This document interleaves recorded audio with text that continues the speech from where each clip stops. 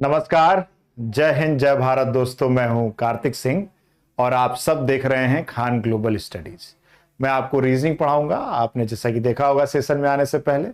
और रीजनिंग की हर एक बारीकियां जो इस पूरे फाउंडेशन बैच में मैं आपको सिखाऊंगा वो आपके आने वाले जीडी एग्जामिनेशन में बहुत ही आपको हेल्प करेंगी। कुछ ऐसे नए कंसेप्ट्स और ऐसी क्लैरिटी मिलेगी आपको चैप्टर वाइज कि आप अब जब रीजनिंग के सवाल लगाओगे तो डिफरेंस पाओगे इससे पहले और अब में। तो चलिए इसी सोच और उम्मीद के साथ इस सेशन की करेंगे शुरुआत। लेकिन आगे बढ़ने से पहले एक बार आप लोगों से जानना जरूरी है कि ये जो मेरी आवाज है वो आप तक प्रॉपरली पहुंच पा रही है, वीडियो क्लियर है आप सबको? तो जल्दी से कमेंट करके एक बार बता दीजिए कमेंट बॉक्स में।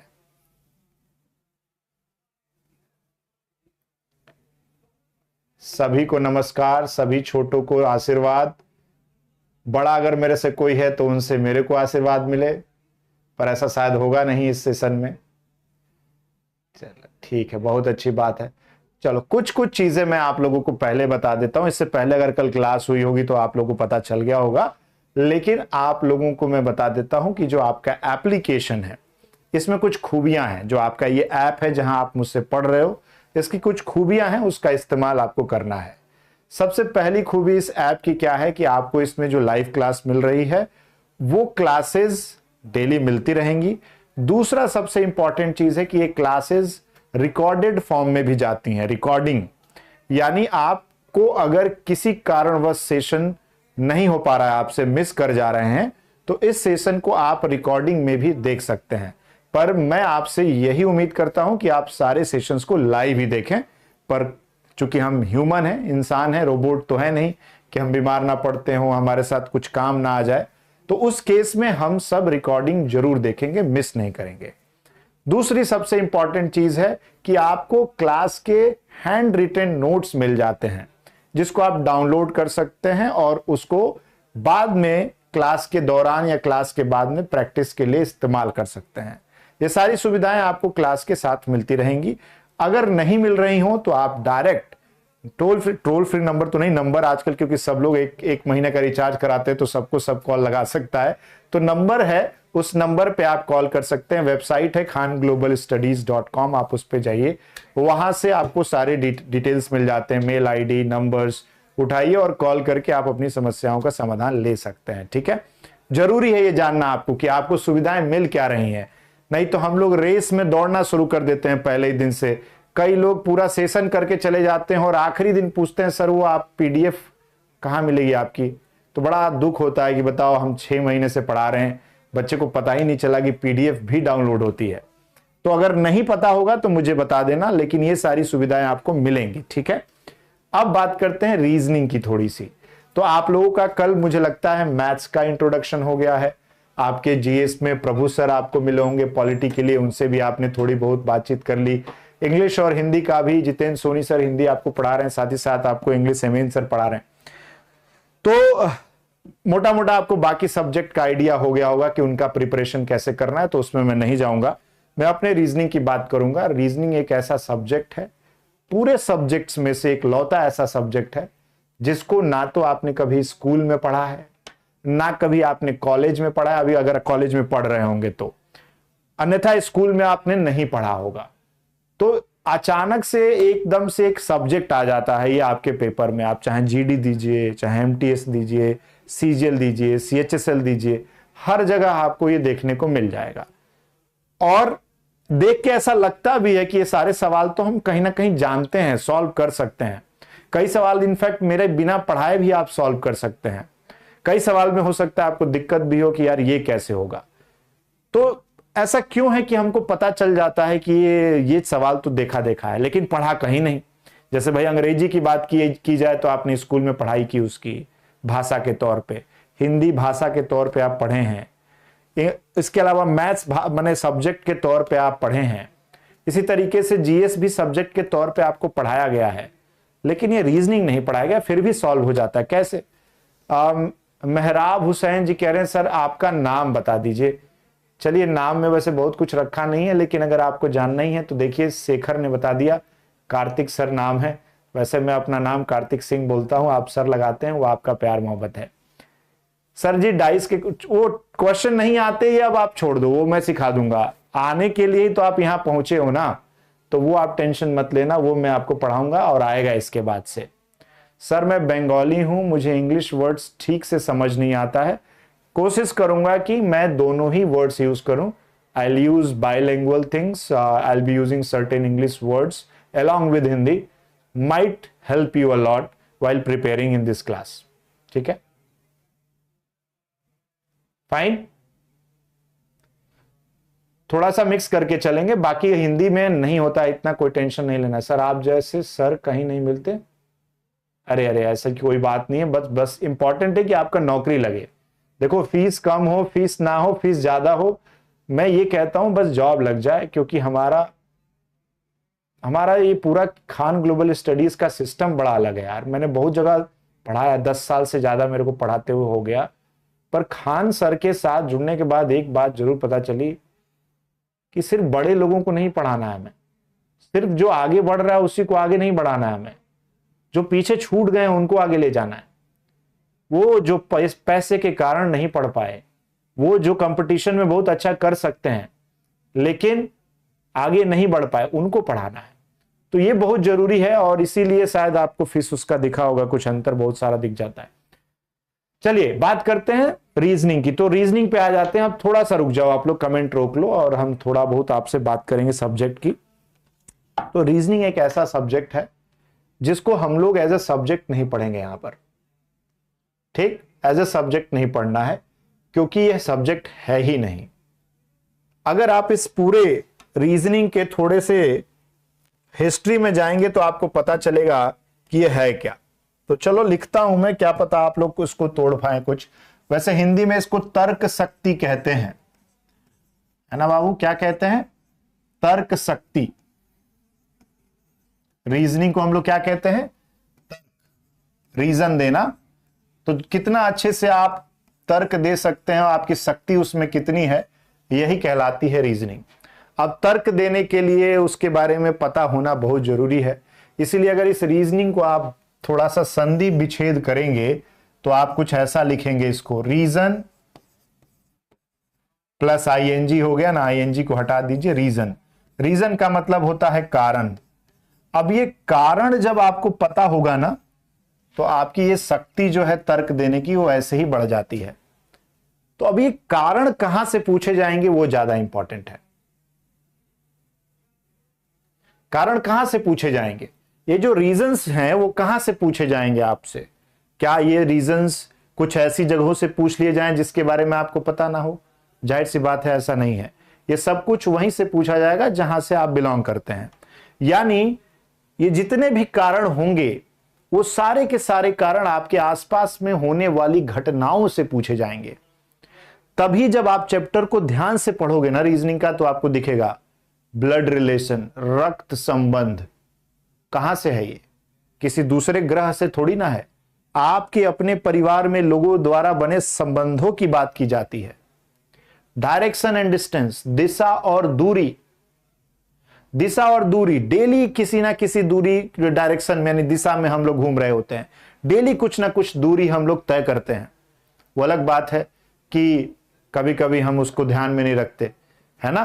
तो डायरेक्शन हो गया, दिशा, बैठक व्यवस्था, सिटिंग अरेंजमेंट। अभी आप बैठते हैं घर में खाना खाने 5 लोग एक साथ, तो सीधा लाइन में बैठते होंगे, 5 में लाइन में बैठा जाता है। आजकल वो सब आ गया है, बैठ के गोला गोला मेज बना दिया तो वो सर्कुलर अरेंजमेंट में भी बैठ के खाते हैं। तो बैठक व्यवस्था कहां से? हमारे आसपास में हो रही घटनाओं से है। तो जितना चैप्टर आप उठाइएगा सब आपको लगे ना भाई तो सब हो रहा है, ये सब आस ही पास में हो रहा है, बस इसकी जानकारी हो जाए तो मजा आ जाए। तो जो ये कारण है ये कहां से आएंगे? हमारे आसपास की घटनाओं से होंगे, आसपास में होने वाली गतिविधियों से होंगे, सराउंडिंग से।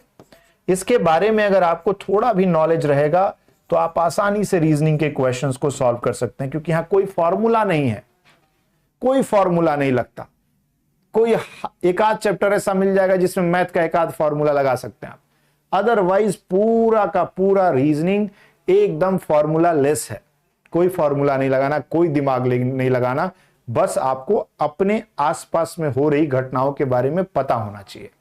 ठीक है, तो ये है रीजनिंग, ये है तर्क शक्ति। तर्क शक्ति तब आपकी अच्छी होती है जब आसपास में हो रहे कारणों के बारे में आपका नॉलेज हो।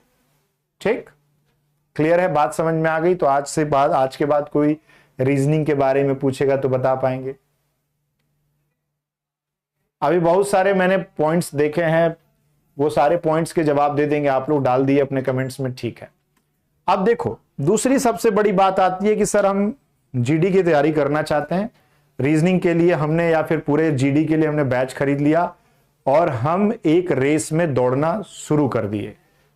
अगर ऐसा होता कि रेस में दौड़ने से सब फर्स्ट आ जाते तो शायद इस दुनिया में सब फर्स्ट आ रहे होते, लेकिन फर्स्ट वही आता है जो उस रेस के बारे में सबसे ज्यादा जानता है, उस रेस में सबसे ज्यादा मेहनत करके आया हो, उस रेस की छोटी छोटी बारीकियों को उसने परखा हो और उस रेस में कई बार हारा भी हो। कई बार पहले ही जीत जाते हैं लोग पहली रेस, कई बार ऐसा भी होता है कि कई बार हार के फिर जीतते हैं रेस। ठीक है, तो रेस में जीतने के लिए बहुत सारी चीजें आपको सीखनी पड़ती हैं और उनमें से सबसे ज्यादा इंपॉर्टेंट है क्या? तो उस दिए हुए एग्जामिनेशन के सिलेबस को जानना। क्योंकि भाई ये तो ऐसा हो गया कि युद्ध लड़ने जा रहे हैं और युद्ध में हमारे सामने कौन है ये पता ही नहीं है, तो बहुत मुश्किल हो जाएगा भाई। अगला जो हमारे सामने दुश्मन है उसके बारे में अगर पता ना हो तो बड़ा मुश्किल है, फिर तो तुरंत आपको आएगा एकदम एक मारेगा, खत्म खेल। सबसे इंपॉर्टेंट है सिलेबस जानना कि भैया मुझे क्या पढ़ना है, क्या पढ़ूंगा कि मैं कम समय में सबसे बेहतर रिजल्ट निकाल कर ले आऊं। तो उसके लिए मैं थोड़ा सा आप लोगों को ओवरव्यू दे देता हूं, जिससे कि आपको पहले दिन पे आइडिया हो जाएगा कि जब आप रीजनिंग पढ़ रहे हो तो सबसे इंपॉर्टेंट चैप्टर्स कौन से हैं रीजनिंग में जिन पे हमें लगातार हिट करना है। फिर आप किताब के बारे में पूछ रहे हैं, पीडीएफ के बारे में पूछ रहे हैं, सारी बातें बता दूंगा।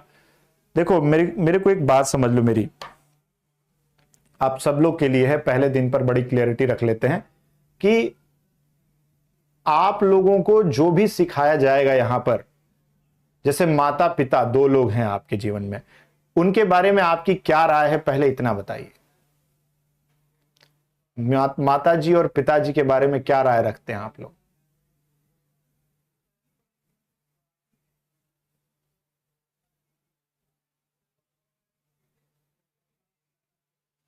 बड़ा सन्नाटा हो गया भाई, कोई कुछ बता नहीं रहा है। उनका नाम रोशन करना है, भगवान है, भगवान से बढ़कर हैं। ठीक है, चलिए बहुत अच्छी बात है। ये जो राय है ना, तो इसीलिए होता भी है कि जब माता पिता आपको कुछ समझाते हैं या फिर जब वो कुछ बोल रहे होते हैं तो आप बड़े आराम से और बड़े ध्यान से उनको सुनते हो और सबसे इंपॉर्टेंट बचपन से उनकी जैसा बनने की कोशिश करते हो आप, कि मैं इनकी परछाई ही बन जाऊं, वही बहुत बड़ी बात है। यही होता है ना। तो अब आपके माता पिता का स्थान तो मैं नहीं ले सकता, लेकिन एक टीचर के नाते आपके माता पिता जैसा कोशिश करूंगा कि आपको उसी रास्ते पर ले चलूं जिसमें आपको सफलता मिले। तो ध्यान से बस सुनिए आप मेरी बात। आपको ये सब परेशानियां नहीं लेनी कि सर किताब कौन होनी चाहिए, सर पीडीएफ कैसे डाउनलोड करना है, ये मैं सब बता दूंगा आपको, बहुत प्यार से आपको हर चीज पता चल जाएगी सेशन में। लेकिन जब आप टाइप करते रहेंगे ना तो आप मुझे सुनेंगे नहीं। दिक्कत यह है क्योंकि दिमाग एक जगह लगा हुआ है कि भाई टाइप करो पहले, तो सर की बात निकल जाएगी। तो जब मैं बोल रहा हूं तो बड़े प्यार से सुनिए। कुछ ऐसा पॉइंट जो आपको लगे कि सर ने नहीं बताया तो आप जरूर लिखिएगा, मैं आपको बता दूंगा। मेरी सारी बातें जब ये सेशन खत्म होगी तो आपकी कई प्रॉब्लम्स का सॉल्यूशन वैसे ही मिल गया होगा। कुछ एक आध जो बच जाएगा वो थ्रू आउट, अभी हम लोग हमारे साथ आप बहुत लंबे समय तक जुड़े हैं, सब कुछ मैं आपको बताऊंगा। ठीक है, तो प्लीज थोड़ा सा सुनना है, सुनने की आदत डालनी है, क्योंकि बहुत इंपॉर्टेंट होता है सुनना। जितना शांत हो जाएंगे, वो वर्ड लिखते हैं, देखिए यहां लिखते हैं साइलेंट का लिसन। अंग्रेजी में कुछ चीजें बड़ा अच्छी बनी है, ये दोनों शब्दों में जो लेटर है ना वो सेम है। देखिएगा, जितना शांत रहिएगा उतना ज्यादा सुनिएगा, और साइंस कहता है जितना ज्यादा अच्छे से सुनिएगा उतना ज्यादा दिन तक आपको याद रहेगा, है ना। बहुत दिनों तक याद रहता है।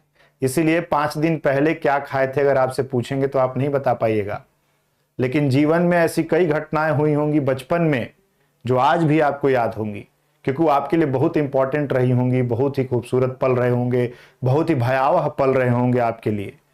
तो जब कोई चीज बहुत गौर से आप उसको अपने साथ समेट के रखते हैं, लंबे समय तक रहती है आपके साथ। इसलिए सुनने की आदत डालिए, लंबा चलेगा दिमाग।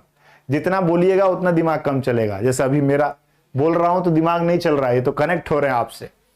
आइए तो थोड़ा सा बात करते हैं उन चैप्टर्स के बारे में जो आपके लिए इंपॉर्टेंट है।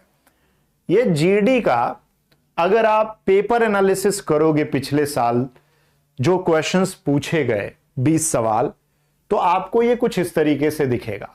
इसमें कुछ चैप्टर ऐसे हैं जो 3 नंबर में भी पूछे गए हैं, कुछ ऐसे हैं जो 2-2 नंबर में भी पूछे गए हैं, और कुछ ऐसे हैं जो 1-1 नंबर में पूछा गया है, और कई ऐसे चैप्टर हैं जिनका क्वेश्चन ही नहीं आया एग्जाम में, लेकिन सबसे ज्यादा उसके पीछे लोग पागल रहते हैं।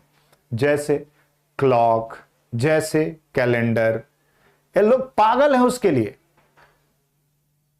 एकदम। मतलब सर हो जाना चाहिए क्लॉक कैलेंडर। हमें पढ़ाते हुए मुझे भी बड़ा मजा आता है, क्योंकि जितना लंबा पढ़ा सकते हो उसको पढ़ा लो। अच्छा अच्छा ट्रिक भी लगता है उसमें, लेकिन अंदर अंदर से मैं ये बात बोलता रहता हूं, आएगा तो है नहीं, जबरदस्ती इसका भी समझ आ रहा है, मेरा भी जा रहा है, लेकिन मजा हमको भी आ रहा होता है और आपको भी आ रहा होता है। चलिए, लेकिन एनालिसिस की जाए तो थोड़ा सा कहानी यहां पर बदलती हुई नजर आएगी बच्चों। देखो, एनालॉजी एक ऐसा चैप्टर है, यानी एनालॉजी को हिंदी में बोलते हैं समानता, एक जैसा, है ना, से बहुत सारे क्वेश्चंस बनते हैं आपके जीडी पेपर में। 3 बहुत बड़ी संख्या होती है। अब इसमें भी अलग अलग टाइप है बाबू। कोई लेटर से लेटर की समानता पूछेगा, कोई शब्दों की समानता पूछेगा, वर्ड बेस्ड, कि भैया भारत नई दिल्ली से संबंधित है तो बताइए बांग्लादेश किससे संबंधित होगा। ठीक है, तो ऐसे भी क्वेश्चंस बन जाते हैं, शब्दों पे आधारित होता है। नंबर से संबंधित भी आपको समानता पे प्रश्न मिल जाएगा। ठीक, तो लेकिन क्वेश्चन इससे बनते हैं अच्छे खासे। 3 सवाल अगर आप देखें 20 में 3 सवाल, तो अपने आप में एक बहुत बड़ी वैल्यू है। इसके बाद मैथमेटिकल ऑपरेशन। मैथमेटिकल ऑपरेशन में ज्यादातर आपको बॉडमास के नियम का प्रयोग करना पड़ेगा। बॉडमास के नियम यानी कैलकुलेशन वाला चैप्टर है ये। थोड़ा आपको क्या करना पड़ेगा बाबू, कैलकुलेशन करना पड़ेगा यहां पर। ठीक है, इसके बाद अगर देखिए कोडिंग डिकोडिंग, इसको कूट अकूट भी बोलते हैं हम लोग। क्या बोलते हैं? कूट अकूट। कुछ लॉजिक और पैटर्न का अगर आपको आभास होगा तो इससे भी 2 सवाल बनते हैं। आप इसको आसानी से सॉल्व कर सकते हो, मैं पढ़ाऊंगा जब आप देखोगे, और उसी पैटर्न पे आपको एग्जामिनेशन में सवाल मिल जाएगा। मतलब ऐसा लगेगा कि तो पढ़ ही क्या आए थे। तो ये 2, 2 और 3 ऐसे सवाल आपको जो ज्यादा पूछे जाते हैं उनका बता दे रहा हूं मैं। फिर आता है सिटिंग। आपके एसएससी जीडी में पिछले साल ऐसा कोई भी शिफ्ट नहीं गया होगा जिसमें 2 सिटिंग अरेंजमेंट के सवाल नहीं पूछे गए। हर शिफ्ट में 2-2 सिटिंग अरेंजमेंट पूछा गया। तो ये बहुत टफ नहीं होता है, लेकिन फिर भी समय तो लेता है ये। तो यहां सिटिंग अरेंजमेंट के क्वेश्चन आप देख सकते हैं 2। इसको हिंदी में बोलते हैं हम लोग बैठक व्यवस्था। ठीक है, बैठक ही कह लीजिए। इसके अलावा सीरीज के सवाल, नंबर मिसिंग सीरीज के सवाल आपको पूछे जाएंगे, लेटर मिसिंग सीरीज के सवाल पूछे जाएंगे, यानी संख्याओं पे आधारित, अक्षरों पे आधारित।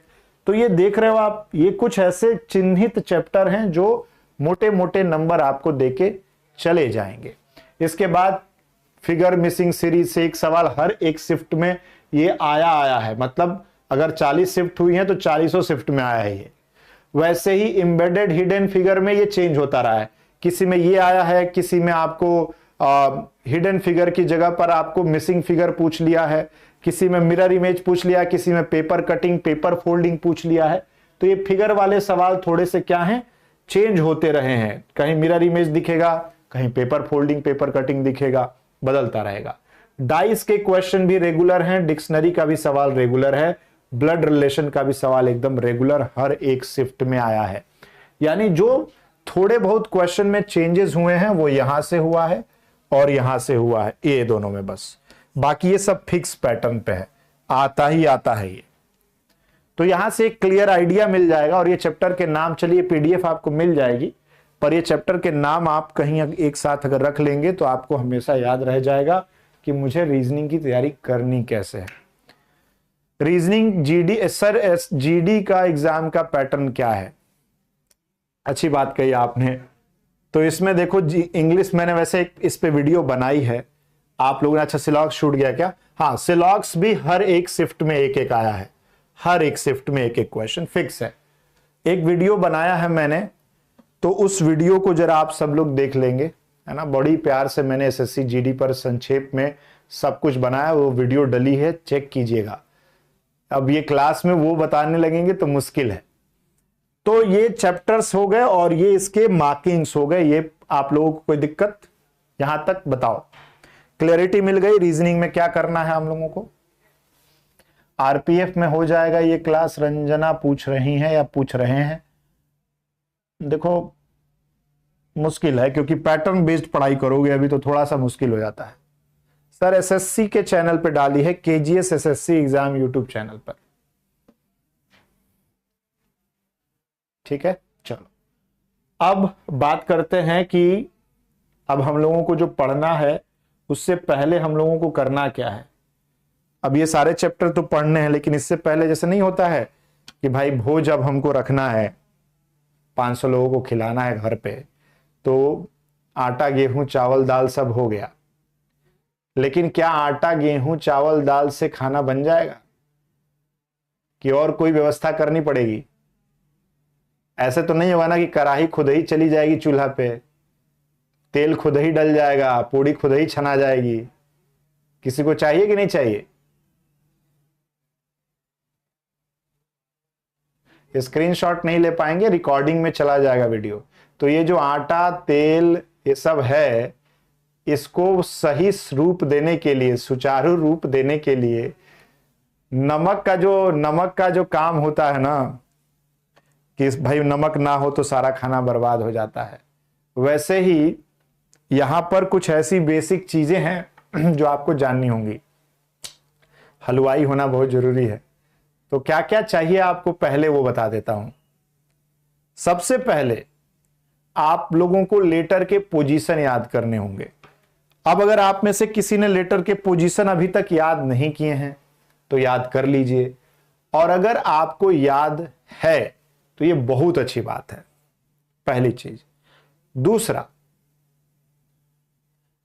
दूसरा जो सबसे इंपॉर्टेंट चीज है, लेटर समझते हो ना भाई लोग? ऐसा तो नहीं है कोई लेटर नहीं समझ रहा है। अक्षर ABCD, ए से लेकर जेड तक के सारे पोजीशन याद होने चाहिए। चलिए लिख दे रहे हैं, किसी को कोई दर्द नहीं होना चाहिए कि सर ने बोल ही दिया था लिखे नहीं। तो ए से लेकर जेड तक तो सबको याद है, ABCD तो सबको आता है, लेकिन इसका पोजीशन चाहिए हमको आप लोगों से। इसका पोजीशन याद कीजिएगा। घरे जाना है, बचपन की यादें थोड़ी सी ताजा करनी है। कैसे? A1 A1 A1 A1 A1, B2 B2 B2 B2 B2, और बाद A1 B2 5 बार। बचपन में ऐसे चिल्ला चिल्ला के नहीं चिल्लाए तो ये तबड़ा का आता था उधर मम्मी का चाहे पापा का, जो बगल में बैठा उसका एक चटाका गाल पे पड़ता था, चाहे सिर पे जहां पड़ जाए। संगीता कह रहे हैं कोई ट्रिक नहीं है सर। ट्रिक तो हम जरूर बताएंगे, लेकिन हम चाह रहे थे कि थोड़ा सा आप लोग ये भी कर लीजिए तो ज्यादा अच्छा है। चलो ट्रिक ही बता देंगे, हम ही बता दे रहे कैसे याद करना है। वैसे ये लोग अभी कमेंट में लिख के आपको बताएंगे कि ट्रिक क्या है इसकी। चलो बताओ जरा क्या ट्रिक है भाई। और देखिए, इसके अलावा दूसरा चीज जो आपको याद करना है वो है टेबल। पहाड़ा याद करना पड़ेगा। कहां तक? कम से कम, एसएससी के लिए बोल रहा हूं, आपके जीडी एग्जाम के लिए 20 तक, अप टू 20। इससे ऊपर याद कर लिए हैं बहुत अच्छी बात है, लेकिन 20 तक ये आना चाहिए। इससे कम पे कोई काम नहीं चलेगा। अगर आपको लगता है कि हमें नहीं पता कि आपको 12 तक ही आता है, 13 के बाद थोड़ा सा गोलमाल है सर, तो ऐसा नहीं है। आपका ये सीक्रेट जो है ना, ओपन सीक्रेट है। सबको पता है कि 12 तक के पहाड़े लगभग सभी लोगों को आते हैं, 12 के बाद ही समस्या होती है। इसीलिए कभी भी कोई सवाल आएगा ना तो आप देखना 13-12 से ऊपर ही होगा उसका मल्टीप्लीकेशन। तो जिनको नहीं याद है कृपया करके 20 तक याद कीजिएगा। और नेक्स्ट तीसरा चीज करना है आप लोगों को कि स्क्वायर कम से कम 25 तक का, अप टू 25 तक याद, कि 20 तक सबको याद होगा, 25 तक कर लेना। और क्यूब अप टू 15 तक सबको याद करना है। 10 तक सबको याद होगा, 15 तक कर लो। इतना अगर आपने याद कर लिया है तो अब आप एग्जाम की तैयारी के लिए एलिजिबल हैं। और अगर नहीं तो अभी आप बहुत पीछे हैं बाकियों से। प्रैक्टिस करनी पड़ेगी, याद करना पड़ेगा। ये डीमोटिवेशन नहीं है, ये सच्चाई है। जिसको जो जितना जल्दी मान लेगा वो उतना जल्दी आगे बढ़ जाएगा। ठीक है, तो बेसिक चीजें हैं, ये याद कर लीजिएगा। मेरे सब्जेक्ट में भी काम आएगा और आपको मैथ्स में तो काम आएगा। मैथ्स में तो अभी सर बोलेंगे 30 तक याद करो, क्यूब कम से कम आपको 30 तक याद करना है, स्क्वायर कम से कम 50 तक याद करो वो और बढ़ा देंगे, लेकिन रीजनिंग में इतनी ही जरूरत है। पोजीशन ऑफ लेटर थोड़ा सा मैं बता देता हूं। देखो बहुत किसी अच्छी बच्चे ने किसी बड़ी अच्छी बात कही कि सर ई ज्योति से आप याद कर लीजिए।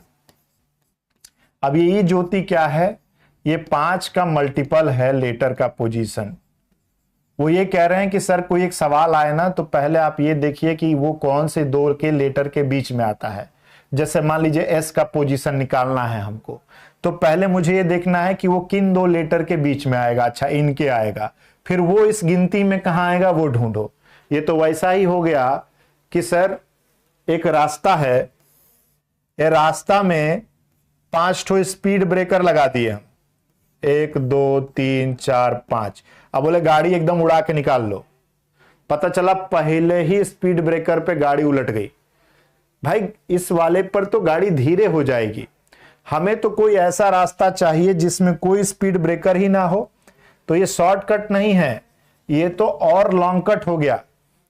ये तो ऐसा हो गया कि एक दवाई दी एक बीमारी के लिए और दूसरे बीमारी के लिए, फिर उस दवाई से एक दूसरी बीमारी हो गई, फिर उसके लिए दवाई देना पड़ेगा। ऐसे नहीं। आपको क्या करना है कि कभी भी किसी भी चीज को याद करने का बहुत ही सिंपल ट्रिक बता देता हूं आपको। गाना गाने आता हो चाहे नहीं आता हो, क्योंकि आपकी आवाज बहुत सुरीली है, ऐसा साइंस कहता है, मैं नहीं कहता हूं।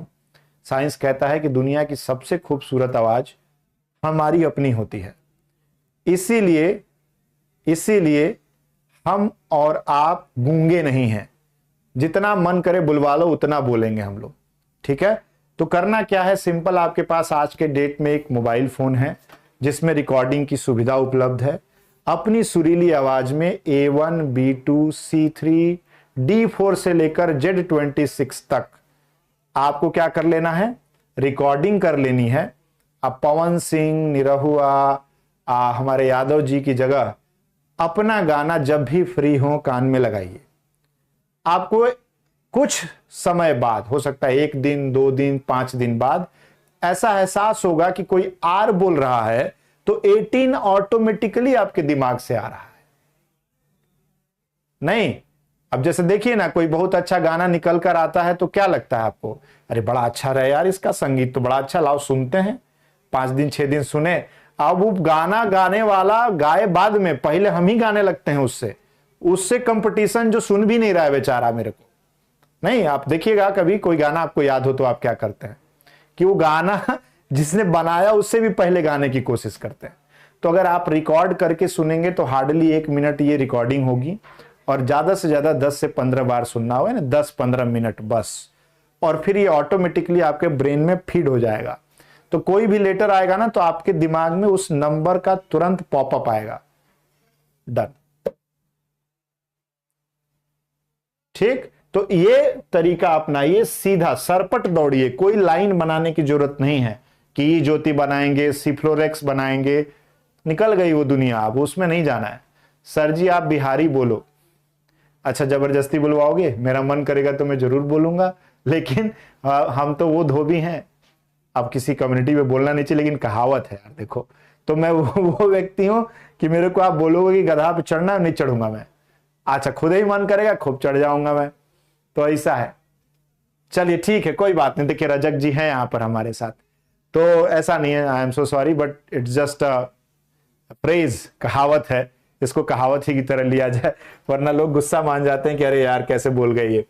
तो ये काम कर लेना प्लीज। हाँ, और ये सिर्फ मेरे रीजनिंग में ही नहीं काम आएगा, आपको जहां कुछ याद नहीं होता है आप कृपया इसका इस्तेमाल कीजिए। हर वो सब्जेक्ट जहां आपको समस्या हो रही है, मैथ का फॉर्मूला याद नहीं हो रहा है, रिकॉर्ड कीजिए, सुनिए, खूब आराम से याद हो जाएगा, एकदम बैठे बैठे।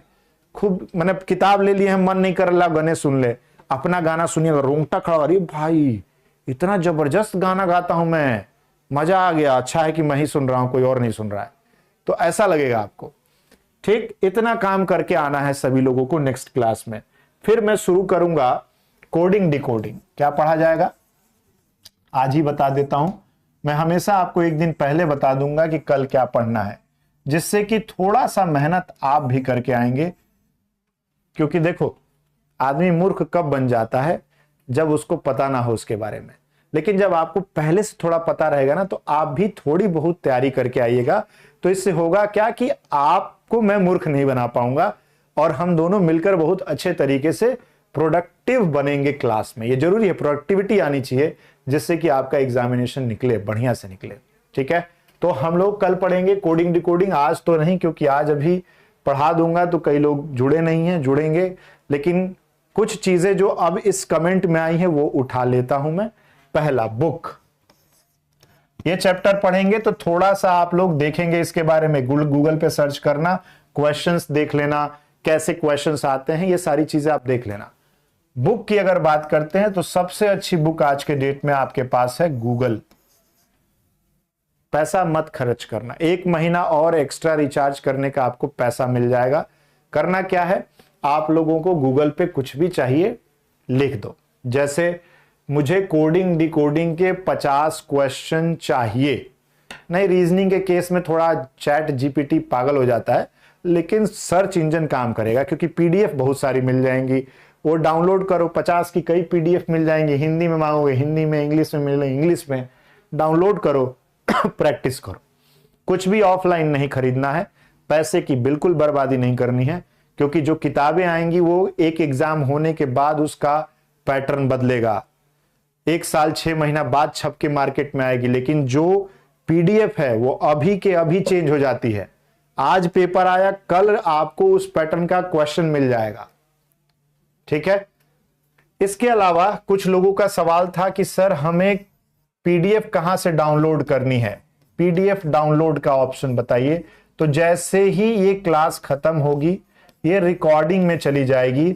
रिकॉर्डिंग के ठीक नीचे आपको कुछ ऐसा बटन मिलेगा डाउनलोड का, बस आप उस पर क्लिक कर लीजिएगा। पीडीएफ डाउनलोड नहीं होगा तो इधर नोट्स लिखा, 3 बातें लिखी होंगी, एक लिखा होगा वो वीडियो रिकॉर्डिंग वाला, एक लिखा होगा नोट्स।